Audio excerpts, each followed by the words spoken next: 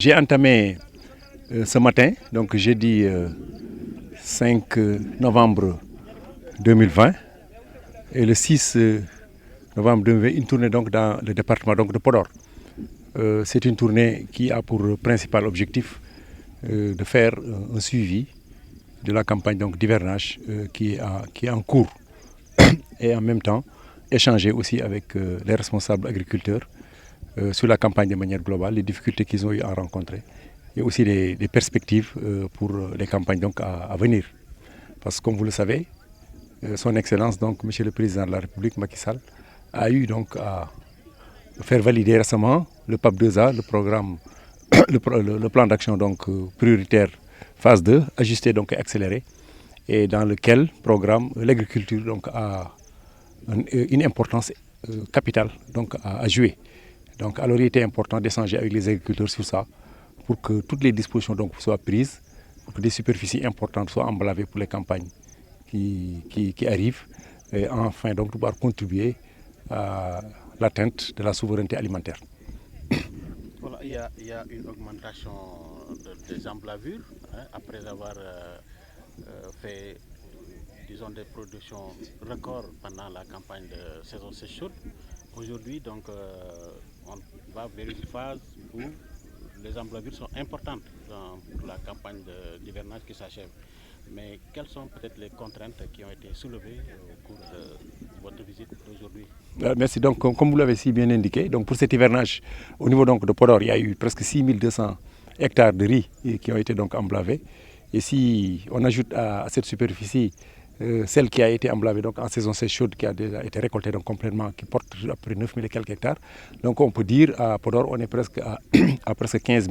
000 hectares donc, de superficie qui ont été donc cultivés donc en riz. Ça constitue quand même des superficies importantes. Et je pense que c'est un record aussi donc, au niveau du département donc, de Podor. Si on le compare au potentiel aménagés qui tournent autour de 25 000 et sur lesquels une bonne partie n'est pas plutôt risicole, mais c'est des superficies qui sont plutôt destinées aux cultures donc de diversification. Bon, on a vu aussi de très belles parcelles et nous pensons que on aura aussi des récoltes intéressantes, des rendements donc intéressants. On attend donc de faire les sondages pour pouvoir sortir les rendements. Mais les parcelles que nous avons visitées, elles sont vraiment très belles. C'est vrai, maintenant, il y a quand même quelques contraintes qui se sont posées. Entre autres, au niveau des cultures, ce qu'on a noté, c'est qu'il y a des attaques donc, par des piqueurs-suceurs. Et cela aussi est arrivé par l'effet des pluies. On a eu beaucoup de pluie. Et par la suite, donc, il y a une pullulation donc, de parasites, donc les piqueurs-suceurs, ici donc, au niveau de Podor. Ailleurs, on a même les rats. Mais heureusement, ici à Podor, on n'a pas constaté de rats. Mais c'est beaucoup plus de problèmes de piqueurs-suceurs. Et je pense que le dispositif donc, de terrain est déjà informé. Et ils sont en train donc de conseiller les agriculteurs pour pouvoir disposer les produits pour pouvoir donc lutter efficacement. Là où nous sommes passés, déjà il y a des agriculteurs qui ont acheté donc les insecticides et qui ont commencé à traiter. Et je pense que les traitements ont donné quand même des résultats intéressants. Il y a eu certaines doléances aussi concernant au niveau des agriculteurs, le problème d'aménagement de certaines parcelles pour le nivellement, mais aussi le coût d'électricité qui est trop cher. Tout à fait. Et surtout pour la prix fixe. Tout à fait. Donc d'autres problèmes aussi qui ont été évoqués. Le problème de l'aménagement, c'est des problèmes qui sont connus. Bon, un aménagement qui est en terre demande quand même un entretien régulier, surtout sur le planage des parcelles, l'entretien des canaux. Donc ça aussi, c'est quelque chose qui est connu et je pense que, en tout cas, nous allons voir dans le programme de réflexion de nos aménagements les appuis qu'on pourrait éventuellement apporter pour corriger donc ces imperfections-là. D'ailleurs, dans la zone de Podor, il faut le dire, il y a un projet important, le PREPIV, qui est financé donc par la BOAD et qui va permettre donc de réhabiliter presque 3600 hectares. Je pense que ce programme de réhabilitation, donc, une fois qu'il est réalisé, permettra vraiment de régler tous ces problèmes-là qui ont été évoqués donc, par ailleurs. En dehors donc de ça, les problèmes d'électricité qui ont été posés, c'est des problèmes aussi qui existent, qu'on connaît. Le problème de la prime fixe, c'est vrai, c'est un problème qui est évoqué tout le temps donc, par les agriculteurs de toute la vallée donc, du fleuve Sénégal. Mais je pense que ça, c'est maintenant un problème qui est résolu définitivement par son Excellence le Président Macky Sall, qui a eu à annoncer lors donc, de la validation du PAP 2A la suppression pure et simple de la prime fixe, que ça soit en activité ou hors activité. Donc il n'y a plus de prime fixe donc, à payer. Je pense qu'à ce niveau, c'est une avancée importante et c'est une bataille qui a été gagnée donc, par les agriculteurs donc, de la vallée donc, du fleuve Sénégal. Ça, on leur a donné cette information-là, on leur a fait comprendre, même si aujourd'hui la prime fixe apparaît sur les factures, je pense qu'ils vont à la Sénélec, il faut qu'ils disent que cette prime fixe n'est plus à payer dès l'instant que donc, le président a pris donc, cette importante mesure. Les autres problèmes qui ont été évoqués ici, c'est qu'il y a des compteurs qui sont partagés par plusieurs agriculteurs. Et donc souvent ça pose problème donc, pour la répartition donc, du comptage. Et à ce niveau aussi, il y a un travail que nous avons eu à faire avec un spécialiste qui nous a fait une proposition pour la séparation donc, de ces compteurs-là. Bon, c'est une enveloppe presque de 70 millions qu'il faudrait qu'on mobilise pour pouvoir faire ce travail. On est en train alors de chercher le financement. Nous pensons que nous pouvons donc l'obtenir d'ici l'année prochaine pour pouvoir donc régler définitivement donc, ces problèmes-là. Un des points du PSE, c'est de lutter contre d'arriver à l'autosuffisance alimentaire. On a vu que la SAED accompagne les paysans pour arriver à cela, mais à Donaï, on a trouvé qu'un jeune qui a opté de se lancer dans l'agriculture et qui a fait des résultats. Quel appel lancez-vous aux jeunes Sénégalais qui prennent ce moment des pirogues pour aller à Reno? Oui, honnêtement, j'ai été très sublimé, très content donc, de rencontrer donc, ces jeunes qui s'est lancé donc, dans l'agriculture. Un jeune qui auparavant ne connaissait pas ce que c'était l'agriculture. D'ailleurs, qui ne connaissait même pas la vallée, parce qu'étant né donc à Thiès, grandi à Thiès, qui a fait ses études à Thiès et qui avait ses diplômes en poche, et qui s'est investi dans l'agriculture, en revenant donc à la terre donc, de ses parents. Il a démarré par 0,30 hectares, il dit, 0,30 hectares, pour faire donc des cultures d'oignons. Et de 0,30, aujourd'hui, il a progressé pour faire presque 30 hectares. C'est extraordinaire. Alors, il nous a fait savoir que ce qu'il gagne est extraordinaire. Même si aujourd'hui, l'exemple qu'il a donné, le président Macky Sall faisait appel à lui pour vouloir lui confier un poste de ministre, il allait le décliner parce que tout simplement ce qu'il gagne dans donc dans ses activités agricoles sont hautement beaucoup plus importants que ce qu'un ministre gagnerait. Ça me paraît très important. Il nous a même donné encore un autre exemple. Un manœuvre qu'il a recruté qui vient donc de Diourbel, qui après 4 mois de travaux champêtres, il a eu à payer à ce gars-là presque 1 500 000 francs. Vous vous imaginez 1 500 000 pour un manœuvre pendant 4 mois. Cela est important. Et je pense que voilà un exemple patent, un exemple concret pour tous les jeunes Sénégalais pour venir retourner donc à la terre. Et je pense que c'est l'appel que j'ai eu à le faire une fois. Il faudrait que les jeunes qui sont aujourd'hui veulent travailler, gagner leur vie, je leur dis que c'est possible de gagner sa vie dignement en restant donc au Sénégal. Il est possible de gagner sa vie, entretenir sa famille correctement en restant au Sénégal et en travaillant dans le secteur agricole, le secteur de l'élevage, le secteur même halieutique. C'est important. Et je pense que l'exemple de ce jeune-là est patent par rapport à cela. Et c'est pour cela, je pense que nous allons aller vers des rencontres avec peut-être certains maires, des communes peut-être de Podor ou bien même de la vallée du fleuve Sénégal, pour voir est-ce qu'ils sont disposés à mettre à la disposition de jeunes des assiettes foncières qui pourraient éventuellement être aménagées pour ces jeunes-là. Mais je pense en dehors même de cela, les jeunes pourraient occuper aussi d'autres maillons de la chaîne de valeur, que ce soit sur les prestations de services, les façons culturelles, la récolte, les travaux, la commercialisation, la transformation, c'est tout dans tous ces maillons de la chaîne de valeur, que ce soit pour le riz et pour les autres spéculations, les jeunes peuvent être organisés et donc se constituer, trouver des financements avec l'ADER pour pouvoir vraiment avoir un travail décent qui va leur permettre vraiment de gagner des revenus conséquents, permettre donc de pouvoir rester au Sénégal et gagner leur vie et entretenir leur famille ici. Donc tey jii alxamis ak ajjuma suba bu ci yàlla àndee dañoo nekk ci biir Podor di ci def tournée bi ñuy wax donc mun nañu wax tournée pour saytu campagne nawet bi nga xam ne ci la ñu nekk. Campagne nawet bi nga xam ne ci la ñu nekk parce que defoon nañ ko Dagana léegi Podor la ñu nekk bu ñu fi jógee sax bu ci yàlla àndee aussi dinañ dem Matam bu ñu jógee Matam aussi dinañ dem Bakel. ci biir loolu bi ñëwee Podor quand même gis nañ fi lu dal xel lu njëkk yëpp mooy lu tolloog juróom benn junni hectare ak lu teftal donc ñaari téeméer bay nañ ko fii donc ci nawet bi ci biir loolu boo ko yokkee li nga xamee ne bayee nañ ko ci noor bi moom mooy presque tolloon na juróom-ñeenti junni yu toftal juróomi téeméer hectare donc dafa mel ni fii bay nañ fi tolloog fukk ak juróomi junni hectares yu teg loolu am solo la ci biir Podor. Alors ci biir loolu aussi ceeb bi ñu gis bi ceeb bu rafet la wax dëgg yàlla yaakaar nañ ne bu ci cat dugul mun na am donc ñu amee rendement ay production donc yu am solo ci loolu nag aussi am nay jafe-jafe kay mi ñu ci gis nawet bi yàlla def na ne ren taw na lu bëree bëri mbën nañu am na bu baax waaye loolu aussi dafa indaale aussi ay yenn jafe-jafe mooy donc ay gunóor ñoo ci àndaale gunóor yooyu nag yenn saa yi bu ñu duggee ci ceeb bi dañ koy yàq parce que dañ koy mucc bu demee fi ceeb bi nga xam ne commencé na focc dañ koy mucc donc problème lañ ci biir loolu conseil agricole yi discuté nañ ci ak baykat yi wax leen ban produit la ñu war a wut pour mun ko traité am ñi nga xam ne commencé nañ ko jënd ñu ngi traité traitement bi indi na ay résultats donc yaakaar nañu loolu moom il faut ñu taxaw ci pour donc li nga xam ne taxaw na mu bañ a am ay problème xam ngeen ne mbay mi aussi mbay bu am solo la parce que loolu gis ngeen président de la République Macky Sall temps yële passé donc tëgg na benn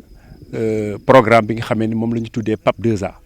PAP 2A boobu dafa bëgg a suqali Sénégal fii ak 2023 ci biir loolu mbay mi def ci am solo bu baax a baax parce que fu mu nekk nii dañuy wax souveraineté alimentaire mooy ñu moom suñu bopp ci lu ñuy lekk moom suñu bopp ci lu ñuy lekk muy lekk bi muy soow bi muy yàpp bi ainsi de suite tout ça il faut que li nga xamee ne Sénégal soxla na ko fekk mun na ko am fii du ko jéegaani feneen ci biir loolu nag yaakaar naa ne am nañ ci rôle bu important lu ñu war a jouer moo waral nag aussi béykat yi ñuy wax ñu xamal leen loolu wax leen loolu ndax ñu gën a farlu gën a taxaw donc gën a mun a taxaw donc ci pour bay bi gën a yaatu bay bi gën a donc en tout cas gën a tar daal li ma bëgg a wax parcelle bi bu ñu ko mënee bay ñaari yoon wala ñetti yoon nañu ko def ñu defar ko pour seen bopp mais defar ko aussi pour Sénégal alors ci biir loolu aussi ay jafe-jafe aussi am na parce que bi ñu ñëwee am na parcelles yi nga xam ne wan nañ ni am na problème mu yemuñu xam nga irrigation moom bu nekkee parcelles yemul fii dafay bëri ndox fii du bëri ndox am canaux yi nga xam ne am na difficulté aménagement nag comme kër la rek dafay laaj toppatoo entretien comme oto la rek dafay laaj entretien oto boo ko dawalee moom mot ay 3000 wala 5000 kilomètres da nga koy yóbbu atelier ba donc ñu vidé ko entre aménagement aussi loolu dafa boo ci bayee ay yenn at yi dafa laaj nga indi gradaire defaraat parcelles yi defaraat diggante yi defaraat donc kii bu boobaa aussi say dana xool ci programme yi muy am réflexion yi nan la ñuy def pour jàppale leen ci loolu waaye beneen jafe-jafe fi bu gën a am bi mooy li jëm ci mbirum courant bi donc courant bi cher na ci ñoom prime fixe yi wan nañu ay factures yi nga xam ne ba léegi prime fixe bi ñu koy facturé wan laa ne daal prime fixe moom yàlla def na ne président Macky Sall jël na ci dogal bi nga xam ne kenn mënu ci dellu ginnaaw wax na ne prime fixe jeex na prime fixe nga bay wala nga nekk ci bay wala bayloo prime fixe amatul moo tax nag loolu moom nañ ko considéré bu ñu demee Sénégal nañ leen wan ne prime fixe bi président Macky Sall moo leen ko may kenn du ko fayeeku bu amee ay jafe-jafe ñun dinañ jàppale ci loolu ba loolu mën a yeneen difficultés yi ci am nag yi nga xamee ni yii dafa ay bokk ci ni ñuy gérer seen i courant loolu aussi ñun SAED en tant que conseil agricole danañ jox ay conseils yi nga xamee ne dana mun a tax seen factures yi mun a wàññeeku lu jëm ci ay problème mu nu mu tudd pénalité COSNUS fii loolu am na installation yu ñu ci mën def ay réglages yu ñu mën def dootuñu leen ko appliqué ti donc loolu danañ ci liggéey bu ci yàlla andee benn problème bi ñu posé mooy compteur divisionnaire yi courant bi bu ñu def am tool yu bari yi nga xam ne ñoo bokk benn compteur donc loolu dafay indi jafe-jafe donc bu ñu facture bi ñëwee ñu war ko séddale moo tax loolu aussi def nañ ci étude ba xam nañ ne pour séparer compteur yi dana jar 70 millions ñun SAED danañ ci taxaw bu soobee yàlla ñu wut 70 millions yooyu jéem a ñëw séparer leen compteur yi yaakaar nañ loolu mun na am ñu def ko fii ak 2021 bu ci yàlla andee. jaar nañu benn dëkk muy Donnay ci jamono bi gis nañu am na xale ñuy jël gaal ñu dañuy dem tukki yow en tant que directeur général de la SAED gis nga xale boobu moom liggéey na am na lu mu soxla woon foofu ci dëkkam suuf buñ ko liggéeyee mën nañu si tet dëgg la Donnay moom xale bu ñu fa gis boobu le jeune Salla wax dëgg yàlla lu yéeme la te yàlla dafa def rek ñu ñëw daje ci loolu alors muy li nga xamee ne lii man gis naa ne lii mooy solution pour xale yi nga yaakaar ne Sénégal am nañu ay jafe-jafe pour am liggéey parce que booy wax liggéey pour am xaalis la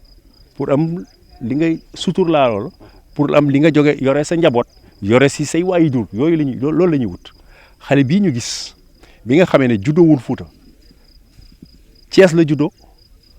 ba màgg fa la jàngee ba am ay diplôme am yàlla xiir ko ci dellu ci ay dëkku maamam muy Donnay mu ñëw foofu mu ne dafa bëgg dugg ci mbay ñu jox ko 30 ar mooy boo jëlee hectare séddale ko par exemple ñeenti yoon benn pàcc bi lañ ko ci jox ñu jox ko ci mu bay mu am ci résultat bu baax at bi ci teg bi mu yokk di yokk ba tey jii àgg na presque si 30 hectares xale bi wan ñu wax dëgg yàlla moom mu ngi sant yàlla bu baax ci liggéey bii muy def ci mbiru mbay mi ba pare gis na ci li nga xam ne xamu ko ci woon te nee na tey jii buñ ko woowoon jox ko poste ministre wala directeur général moom day ne baax na parce que li muy am fii xam na ne moo gën fop li ministre di am wala directeur général di am loolu sant yàlla la. alors loolu wane na alors xale yi nga xamee ne dañuy bëgg jël ay gaal di dem bëgg a dem Espagne wala Europe wuti fa liggéey wane na Sénégal gii boo fi toogee am na li nga xam ne boo ci liggéeyee mun na am fuuf ëpp fuuf li nga xam ne di nga ko jëli Espagne. moo waral nag man ma yaakaar bi ma gisee loolu yaakaar ne dañoo war a ñun sayet discuter ak yenn maire yi bu ñu discuter ak ñoom wax leen wan leen cas boobu discuter ñoom laaj leen ndax mën nañu dégager ay assiettes foncières même bu nekkee ay 20-30 hectares la par commune ñu xool yan jeunes nañuy identifier yu bëgg liggéey ci loolu ñu indi leen boole leen ak DER xool ndax mën nañ def aménagement insérer leen ñeneen ñi mun lañ leen organiser ñu intervenir ci yeneen pàcc mbay mi parce que tracteur am na fi pour nga def façon culturelle moissonneuse batteuse am na pour nga mun récolter batterie mun nga aussi jënd ceeb bi nu mu tudd ko transformer def ko riz blanc commercialisation am na fi am na yu bëree bëri yi nga xam ne mun nañ ci liggéey ñu xool loolu ay jeunes yi nga xam ne intéressé nañ lañ leen di organiser monter leen ay projet boole leen ak DER ñu xool ndax mun nañu def financement yooyu yaakaar naa ne loolu bu ñu ko defee rek kenn dootul jëlati gaal danañu gis ne mbay mi ñëpp mun nañ ci liggéey am ci tedd ci. Mouhamadou Ghali Sall dëkk Thiès jóge Thiès ça fait 5 ou 6 ans ñëw fii investir ci agriculture maa ngi commencé 0,30 bi alhamdulilah mu ngi jur di jur ba actuellement tey bu ñuy wax les leaders ci agriculture ci département Podor ah man dañ ma siy tudd parce que liggéey rek moo am solo bay bi am na njëriñ parce que une hectare soble boo ko bayee tey bu yàlla defee nga am rendement tu peux gagner jusqu'à mën nga am rendement ba 700 sacs ou 800 sacs si tu as 700 sacs am nga boo jaayee sac 10 000 am nga 7 millions te boo si financé ba su bëree ba bëri ay 800 000 nga si financé ça veut dire di nga am bénéfice ay 6 millions 200 xam nga loolu tey ministre sax amul 6 millions DG amul 6 millions ah donc ñun soxlawuñu ku ñu jox liggéey. lu ñu bëgg financement yu doy jeunes yi sama moroomu jeunes yi ndeysaan yàlla na leen yàlla xare àjjana su ma koy seetaan sama yaram day daw vraiment sama ay mbokk yu nekk côté Diourbel xamuñu géej jël ay gaal dem ci géej gi loolu de solution bi nañ ñëw fii ci vallée du fleuve actuellement on a 3 fleuve Sénégal fleuve Doué Guéyo Ngalanka 4 fleuves fu la neex da ngay branche sa machine état bi na indi ay financement bu indee ay financement jeunes yi jël gaal yi di dem ci géej bu ñëwee fii ñu encadré leen bu ñu bayee benn 0,40 yoonu géej dootuñu ko jël parce que ay avantage kese la mais loo commencé wul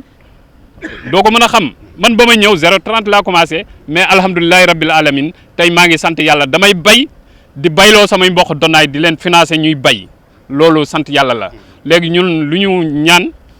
aménagement yu doy financement bu doy ak encadrement avec la SAED incha allah dinañ développer suñu Sénégal fekk demuñu Barça wala Barsax. yow lu jiitu loolu avant ngay ñëw fii di bay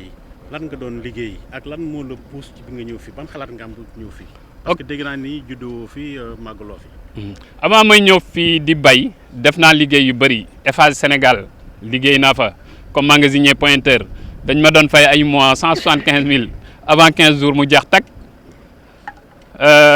def naa liggéey yu bëree bëri jaay naa boutique def naa lu nekk def naa ko sama ay grand vraiment yu baax yu xam njëriñu mbay ñoo ma poussé ma ñëw parce que fii sama cosaan la comme am nañ fi ay terre naa dem exploiter les terres là mais ba ma ñëwee ba tey vraiment alhamdulilahi rabbil alamin tey ñu ngi sant yàlla li ñuy bay di si dimbali doomu aadama yi fii boo duggoon ci dëkk bi tey def micro trottoir ñoom ñëpp nañ la wax parce que lii nii ma bay fii ay jeunes de Donaay laa ko jox ñoom laa ko séddalee tey ñoom ñu siy bay di si am seen dépense ay pères de famille donc li ma poussé ma bay loolu la te maa ngi siy gis sama bopp samay mbokk di si gis seen bopp maa ngi leen sant vraiment di leen gërëm quoi. waaw léegi yow sa xarit yi nga nekkaloon Thiès daan ànd ak ñoom ngeen màggandoo fa tey ñu gis la ni nga mel ak li ngay liggéey ñoom ba ngeen gisantewaat ñoom nan lañ lay xoolee ban bët lañ lay xoolee. non sama copains yi parce que presque ñu si gën a bëri c'est des enseignants ay enseignants lañu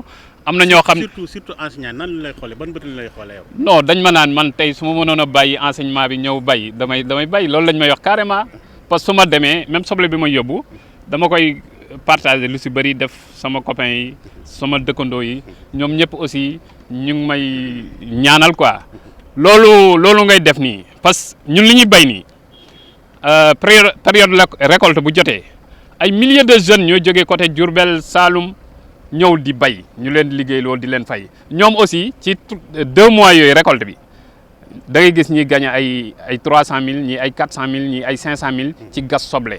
donc avantage yu bëri am na ci vallée bi ñun daal li may la ñaan yàlla benn affaire la rek vraiment le président de la république aussi dañ koy sant di ko gërëm parce que am na investissement yu bëri yu mu fi def man bénéficié wu naa si may nañ ma benn moto pompe valeur de 12 millions je ne sais pas moom lay irriguer sama tool yi ah donc dañ koy ñaan mu gën a yokk kii nu mu tudd mu gën a yokk kii financement yi jeunes yi aussi ñu convaincre leen ñu ñëw ci vallée bi ñu encadrer leen avec la SAED incha allah dinañ si gis seen bopp.